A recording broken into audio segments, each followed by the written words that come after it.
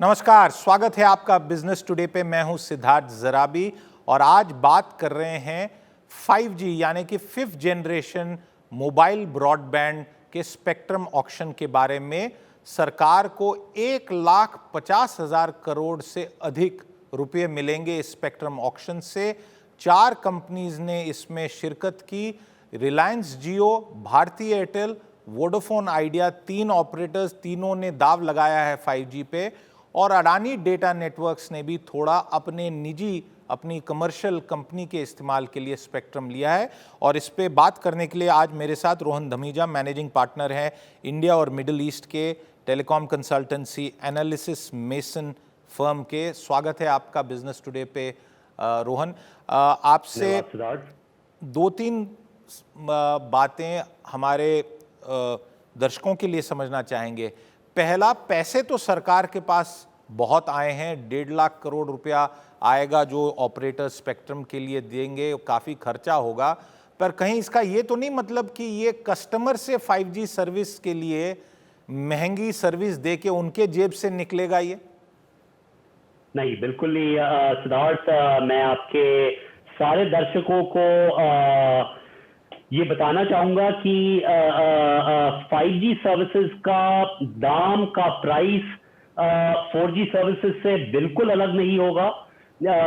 हम दुनिया भर में जिस भी देश में देखें जिधर 5G सर्विस लॉन्च हुई है, 5G सर्विस का प्राइस 4G सर्विस के एकदम सेम रहा है।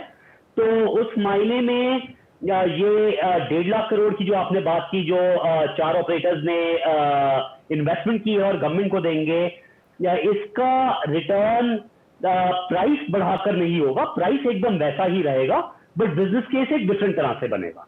तो उसको मद्देनजर रखते हुए इंडियन टेलीकॉम कंज्यूमर के लिए प्राइस इंक्रीज बिल्कुल नहीं होगा। सर्विस एक बेहतर सर्विस मिलेगी 4G के कंपैरिजन में। तो उस तरह से कंज्यूमर के लिए ये बिल्कुल विन विन सिचुएशन है सिद्धार्थ। आपने एक अच्छी बात बताई है, पर कहीं ऐसा तो नहीं होगा कि हैंडसेट महंगे आएंगे, क्योंकि नई सर्विस है तो हैंडसेट भी महंगे हो जाएंगे। और वैसे ही हैंडसेट जो टॉप एंड के हैंडसेट्स हैं वो तो एक छोटी समझ लीजिए 2 व्हीलर गाड़ी के बराबर के दाम पे आजकल मिलते हैं। बिल्कुल सिद्धार्थ, ये आपने अच्छा पॉइंट रेज किया। तो हैंडसेट आज की डेट में एक 5G का हैंडसेट 4G के हैंडसेट से थोड़ा ज्यादा महंगा है, मगर जैसे जैसे 5G बढ़ रहा है, इंडिया में नहीं बल्कि वर्ल्ड ओवर, बिकॉज हैंडसेट की प्रोडक्शन ग्लोबल स्केल पर होती है, तो जैसे जैसे 5G डिफरेंट कंट्रीज में बढ़ रहा है, हम अगले 12 से 24 महीने में एक्सपेक्ट कर सकते हैं कि एक 5G का हैंडसेट उसी प्राइस पर आएगा जितना 4G का हैंडसेट आज की डेट में आता है। तो 5G का हैंडसेट का प्राइस गिरते जाएगा और वो 4G के हैंडसेट जितना ही एक्सपेंसिव होगा या नॉट एक्सपेंसिव होगा 12 से 24 महीने में, एंड फिर आगे चलते हुए 4G के हैंडसेट से सस्ता भी हो सकता है। अब इन 4 ऑपरेटर्स में से 3 हैं जो कमर्शियल सुविधा देंगे, इसलिए उन पे बात करेंगे। पहले ये बताइए कि 5G की सर्विस मैं क्यों लूं, अपना हैंडसेट क्यों बदलूं? एक कंज्यूमर के नाते मुझे क्या फायदा आने वाला है? ये बहुत बढ़िया सवाल है आपका सिद्धार्थ। तो बिल्कुल, और ये आई थिंक सबसे जरूरी सवाल है कंज्यूमर एंड ऑपरेटर्स के लिए जिन्होंने इतनी इन्वेस्टमेंट की है 5G में। और इसका जवाब बहुत सरल सा है सिद्धार्थ। 5G सर्विस आपको लेनी चाहिए as an Indian telecom consumer, क्योंकि एक 5G का customer experience in terms of data, 5G जो आपको स्पीड देगा इंटरनेट को ब्राउज करने के लिए अपने मोबाइल फोन पे, वो कई गुना बेहतर और हायर होगी एज कंपेयर टू जो स्पीड 4G देगा। तो सबसे बड़ी बात यह है कि 5G का customer experience in terms of speed for browsing the internet बहुत बहुत बेहतर होगी, कई गुना बेहतर होगी 4G से। और दूसरी बात, जैसे मैंने बोली, ये better speed, better customer experience मिलेगा बिना प्राइस इंक्रीज के, उसी प्राइस पर, उसी दाम पर जो आपको 4G सर्विस मिल रही थी। तो उस को मद्देनजर रखते हुए बेसिकली विन विन है ये इंडियन कंज्यूमर के लिए। पर एक चीज बताइए, 4G में भी बहुत कहा गया था कि 4G बहुत बढ़िया चलेगा, और इंडिया में है भी बहुत बड़ा 4G का नेटवर्क, सारे ऑपरेटर, और अब भारत संचार भी करने वाला है। पर जब बिल्डिंग के अंदर जाते हैं, बेसमेंट में जाते हैं, कई बारी हाईवे पे शहर से थोड़ा बाहर निकलते हैं तो नेटवर्क ड्रॉप हो जाती है, आवाज़ नहीं आती है। और अब तो ये हालत हो गई है कि व्हाट्सएप पे कॉल करनी पड़ती है और नॉर्मल मोबाइल पे बात उतनी अच्छी से हो नहीं पाती। तो क्या 5G इसमें कुछ बदलाव लाएगा? बिल्कुल बिल्कुल बदलाव लाएगा सिद्धार्थ। आई थिंक अब हम बात कर रहे हैं, हमने डेटा की बात की, अब हमारी डिस्कशन वॉइस के आसपास आ रही है। वॉइस का कस्टमर एक्सपीरियंस कैसा रहेगा 5G का, एंड वो बहुत जरूरी सवाल है। सिंपल आंसर ये है कि वॉइस का एक्सपीरियंस 5G पे 4G से बहुत बेहतर रहेगा, और इसके दो कारण हैं। सबसे पहला कारण ये है कि 5G पर जो कैपेसिटी प्रोविजन होगी, नेटवर्क ज्यादा चौड़ा होगा, उस पर बैंडविड्थ ज्यादा होगी, तो कंजेशन होने का चांस कई कम है। बेसिकली मैं अगर एक हाईवे से कंपेयर करूं, जो 5G का हाईवे है उसकी विड्थ कई गुना ज्यादा है जो 4G का हाईवे था, तो कंजेशन होने का चांस कम है, एंड हेंस कॉल ड्रॉप होने का चांस कम है, और एंड हेंस कॉल की क्वालिटी बहुत बेहतर रहेगी 5G पर। दूसरी बात अगर करें तो 5G में 700 मेगाहर्ट्ज के स्पेक्ट्रम का डिसबर्समेंट हुआ है, का ऑप्शन हुआ है जो जियो ने खरीदा है। ये 700 मेगाहर्ट्ज का स्पेक्ट्रम एक बहुत खास किस्म का स्पेक्ट्रम है जो बिल्डिंग के अंदर बहुत अच्छा प्रोपेगेट करता है।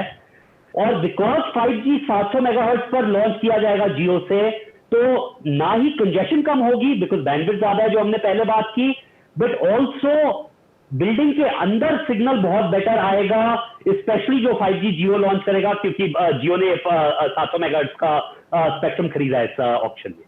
तो उस तरीके से कंजेशन कम होगी, इंडोर सिग्नल बेटर आएगा, तो 5G का एक्सपीरियंस वॉइस में भी 4G से बहुत बेहतर होना चाहिए। कौन पहले शुरू करेगा 5G की सर्विस भारत में?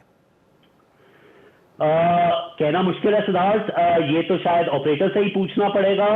बट अगर मैं सोचूं तो जो भी पहले शुरू करे, आई थिंक जो सवाल ज्यादा बड़ा मेरे दिमाग में बनता है वो ये है कि कौन सबसे बेहतर 5G नेटवर्क बनाएगा। चाहे शुरू जो भी पहले करे, कौन सबसे बेहतर 5G नेटवर्क बनाएगा।